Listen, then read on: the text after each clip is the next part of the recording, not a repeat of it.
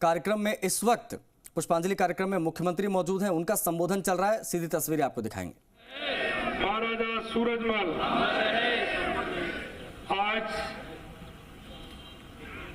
महाराजा सूरजमल जी के 260 में इस बलिदान दिवस पर सबसे पहले तो मैं उनके चरणों में शीश नवाकर उनसे ये आशीर्वाद लेना चाहता हूं कि महाराजा सूरजमल जी ने जिस तरह से दुनिया में एक अच्छे शासक, प्रशासक और जनभावना के अनुरूप जनता के जो काम किए, उनसे इतना ही मैं आप सभी के सामने कहना चाहता हूं कि उनकी जो मिसाल पूरे देश के अंदर, पूरी दुनिया के अंदर थी, मैं ऐसे महाराजा सूरजमल जी को प्रणाम करता हूं। आज के इस कार्यक्रम में हमारे उप मुख्यमंत्री सम्मानीय प्रेमचंद जी बैरवा साहब, हमारे मालपुरा के विधायक सम्मानीय कन्हैयालाल जी चौधरी साहब,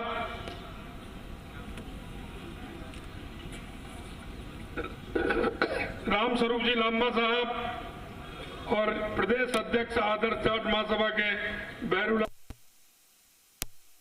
राम जी, हमारे लोकप्रिय सांसद सम्मानीय रामचरण बोहरा जी, हमारे प्रदेश के उपाध्यक्ष मुकेश दादित जी, हमारी प्रधान प्रेमवती देवी जी, नारायण राम जी, डॉक्टर BR ग्वाला साहब, दिनेश जी मित्तल साहब और इस कार्यक्रम में पधारे सभी मेरे पूजा योग बुजुर्गों, नौजवान दोस्तों, माता और बहनों, मित्रों, महाराजा सूरजमल इस देश के गौरव है। महाराजा सूरजमल का जब हम नाम लेते हैं तो निश्चित रूप से शरीर के अंदर एक स्फूर्ति पैदा होती है, क्योंकि महाराजा सूरजमल वो नाम है दुनिया के अंदर अगर अजय कोई दुर्ग है तो वो लोहागढ़ दुर्ग है। उसमें भी मैं आपको कहना चाहता हूं मित्रों कि आपने देखा होगा मुगल सल्तनत के अंदर अगर सबसे नजदीक कोई राजा रहता था तो वो महाराजा सूरजमल थे, क्योंकि फतेहपुर सीकरी भरतपुर से मात्र 22 किलोमीटर है, आगरा 50 किलोमीटर है, लेकिन कभी भी भरतपुर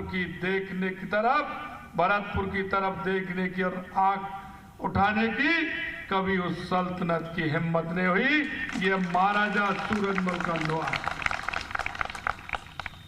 मैं आपको बताना चाहता हूं, उन्होंने हमारी संस्कृति के लिए, हमारे सनातन के लिए, महाराजा सूरजमल ने इस धरती पर काम किया। काम ही नहीं किया, जो कमजोर राजा थे उनकी मदद करने का भी काम महाराजा सूरजमल ने किया। मैं आपको बताना चाहता हूं कि महाराजा सूरजमल बहुत शख्सियत थे, जनता उनके प्यार के लिए उमड़ती थी, आवश्यकता होती थी, उनके यहाँ फौज की कमी नहीं थी, लेकिन उनको सबसे बड़ा जो विश्वास था वो उनकी जनता पर विश्वास था। और जब युद्ध की आवश्यकता होती थी, कहीं उनको लगता था कि कोई आइताई राजा अगर किसी तरह से आक्रमण करता है या उनको आन बान शान के लिए कोई आक्रमण करना होता था तो गांव में डोला पिटता था। कोई भी जाति, कोई भी धर्म उनके यहाँ नहीं था, सभी को समान भाव से देखते थे। गांव में डंका पिटता था कि आज लड़ाई पर जाना है। 25 साल से 45 साल के जितने भी गांव में लोग हैं, घर परिवार में जितने भी हैं, बुजुर्गों को छोड़ करके, माता बहनों को छोड़ करके, बच्चों को छोड़ करके, वो सभी लोग हथियार लेकर के जब घर से निकलते थे तो उनके सामने दुनिया की कोई फौज ऐसी नहीं थी तो महाराजा सूरजमल का मुकाबला करते। मित्रों, इतना नहीं, अजयगढ़ लोहागढ़ ऐसा दुर्ग है।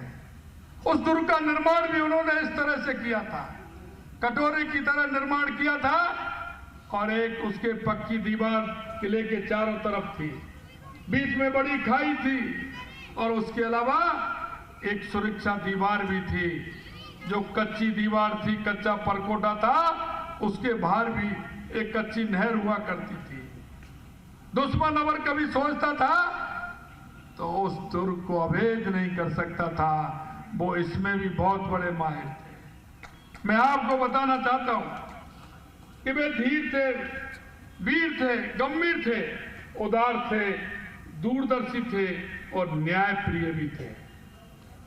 उनको दूसरे राजा का भी मान सम्मान याद रखना आता था। कोई राजा जब उनके पास जाता था तो वो सहायता करने से पीछे नहीं हटते थे।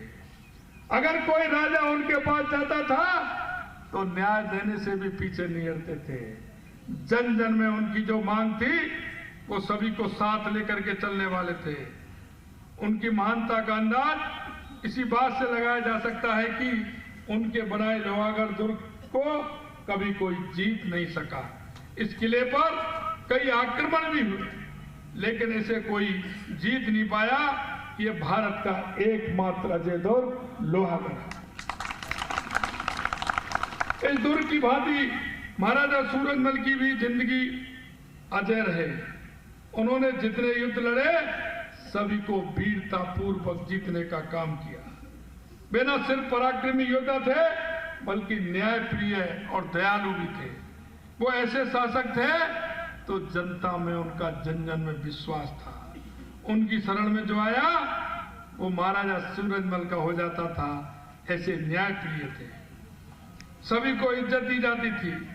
महाराजा सूरजमल के साम्राज्य में सभी को सुरक्षा मिलती थी, सभी को सम्मान मिलता था। वो प्रतिबद्धता के धनी थे।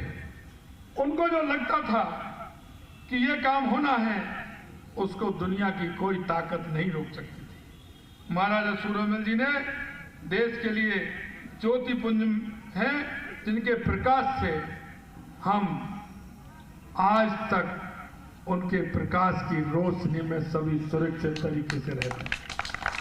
मित्रों, मैं आपसे इतना ही निवेदन करना चाहता हूं कि महाराजा सूरजमल जी का इतिहास इतना बड़ा इतिहास है।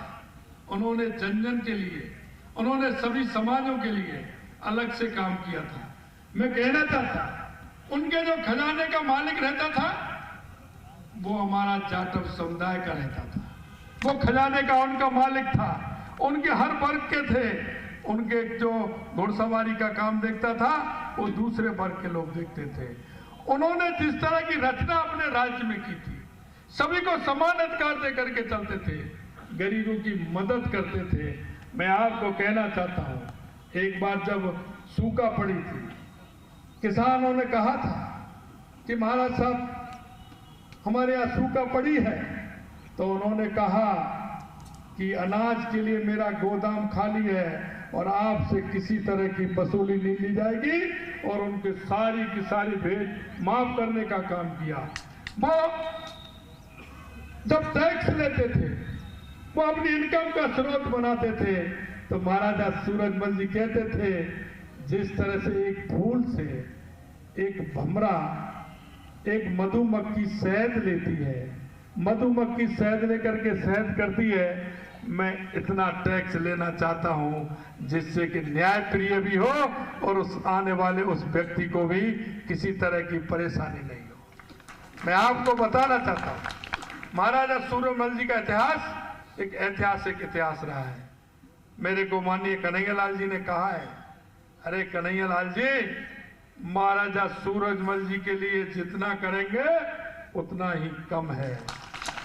उनका हमारे ऊपर ऋण है, इस देश के ऊपर ऋण है। उन्होंने जब जब आताई आए हैं, महाराजा सूरजमल का लोहा, महाराजा सूरजमल का जो लोहा जो उन्होंने लिया है, इस देश को दिशा देने का काम किया है, इस देश को मजबूती देने का किया है, इस देश की संस्कृति को मजबूत करने का काम किया है, इस देश के सनातन को मजबूत करने का काम किया है। जो आपके काम आएंगे, आपके सुझाव आएंगे, निश्चित रूप से उन सुझावों के ऊपर विचार ही नहीं, उन सुझावों को किया भी जाएगा, यह विश्वास मैं आपको दिलाता हूं। महाराजा सूरजमल जी इस राजस्थान की इस धरा पर वीर पैदा हुए हैं, चाहे वो महाराणा प्रताप हो, महाराजा सूरजमल हो, पृथ्वीराज चौहान हो, ऐसे बहुत से हमारे पैदा हुए हैं। ये धरती वीरता की धरती है, ये शक्ति की धरती है, ये भक्ति की धरती है। उनके हम आशीर्वाद से हम सब लोग चल रहे हैं। मैं इतना ही कहना चाहता हूं, जो हमारे राजस्थान की वीरता, हमारे राजस्थान की शक्ति